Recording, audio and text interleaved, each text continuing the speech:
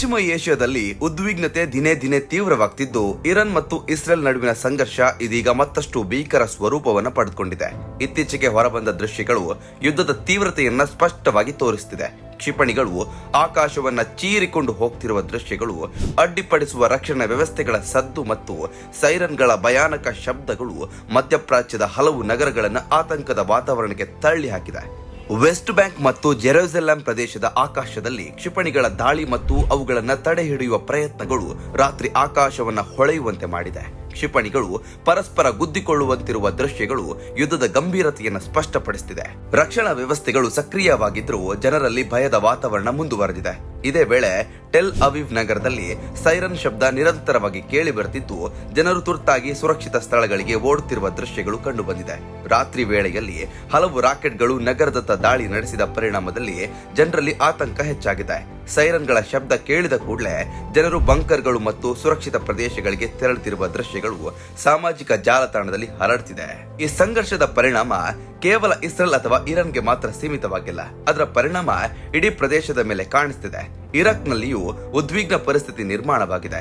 Drone ದಾಳಿಯ ಪರಿಣಾಮವಾಗಿ ಅಮೆರಿಕದ ಒಂದು ಸೈನಿಕ ಸಂಪತ್ತು ಬೆಂಕಿಗಾಹುತಿಯಾಗಿರುವ ದೃಶ್ಯಗಳು ಹೊರಬಿದ್ದಿದೆ. ದಾಳಿ ನಡೆದ ಬಳಿಕ ಆ ಪ್ರದೇಶದಲ್ಲಿ ಬೆಂಕಿ ಹೊತ್ತಿಕೊಂಡು ಹೊಗೆಯು ಆಕಾಶಕ್ಕೆ ಏರುತ್ತಿರುವುದು ಕಂಡು ಬಂದಿದೆ.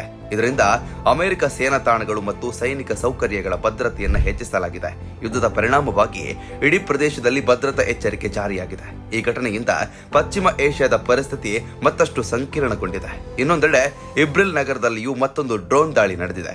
ಈ ದಾಳಿ ನಾಗರಿಕ ಮೂಲ ಸೌಕರ್ಯಗಳನ್ನು ಗುರಿಯಾಗಿಸಿಕೊಂಡು ನಡೆದಿರುವುದಾಗಿ ವರದಿಗಳು ತಿಳಿಸುತ್ತಿವೆ. ದಾಳಿಯ ಬಳಿಕ ನಗರದಲ್ಲಿ ಆತಂಕದ ವಾತಾವರಣಗಳು ನಿರ್ಮಾಣವಾಗಿದ್ದು, ಭದ್ರತಾ ಪಡೆಗಳು ಪರಿಸ್ಥಿತಿಯನ್ನು ನಿಯಂತ್ರಿಸಲು ಹರಸಾಹಸ ಪಡುತ್ತಿವೆ.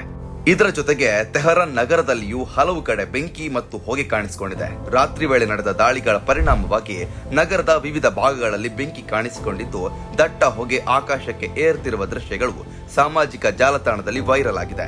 ದಾಳಿಗಳ ತೀವ್ರತೆ ಹೆಚ್ಚುತ್ತಿರುವುದರಿಂದ ಜನರು ಭಯಭೀತರಾಗಿದ್ದಾರೆ. ಒಟ್ಟಾರೆಯಾಗಿ ಇರಾನ್ ಮತ್ತು ಇಸ್ರೇಲ್ ನಡುವಿನ ಈ ಸಂಘರ್ಷ ಈಗ ದೊಡ್ಡ ಮಟ್ಟದ ಯುದ್ಧದ ರೂಪ ಪಡೆಯುವ ಆತಂಕವನ್ನ ಹುಟ್ಟಿಸಿದೆ. ಕ್ಷಿಪಣಿ ದಾಳಿ, ಡ್ರೋನ್ ದಾಳಿ ಮತ್ತು ಪ್ರತಿ ದಾಳಿಗಳ ನಡುವೆ ಪಶ್ಚಿಮ ಏಷ್ಯಾದ ಹಲವು ನಗರಗಳು ಯುದ್ಧದ ನೆರಳಿನಲ್ಲಿ ಬದುಕುವಂತಾಗಿದೆ. ಮುಂದಿನ ದಿನಗಳಲ್ಲಿ ಈ ಪರಿಸ್ಥಿತಿ ಹೇಗೆ ರೂಪುಗೊಳ್ಳಲಿದೆ ಎಂಬುದರ ಬಗ್ಗೆ ಜಗತ್ತಿನಾದ್ಯಂತ ಆತಂಕ ವ್ಯಕ್ತವಾಗ್ತಿದೆ. ಯಾವುದೇ ಸುದ್ದಿಯ ಅಪ್ಡೇಟ್ ಅನ್ನ ಮಿಸ್ ಮಾಡ್ಕೊಳ್ಬಾರ್ದು ಅಂದ್ರೆ ಈಗ್ಲೇ ಒನ್ ಇಂಡಿಯಾವನ್ನ ಸಬ್ಸ್ಕ್ರೈಬ್ ಮಾಡಿ. ನಿಮಗೆ ಬೇಕಾದ ಭಾಷೆಯಲ್ಲಿ ಎಲ್ಲಾ ಸುದ್ದಿ ತಿಳಿಬೇಕು ಅಂದ್ರೆ ಒನ್ ಇಂಡಿಯಾ ಆಪ್ ಅನ್ನ ಡೌನ್ಲೋಡ್ ಮಾಡ್ಕೊಳ್ಳಿ.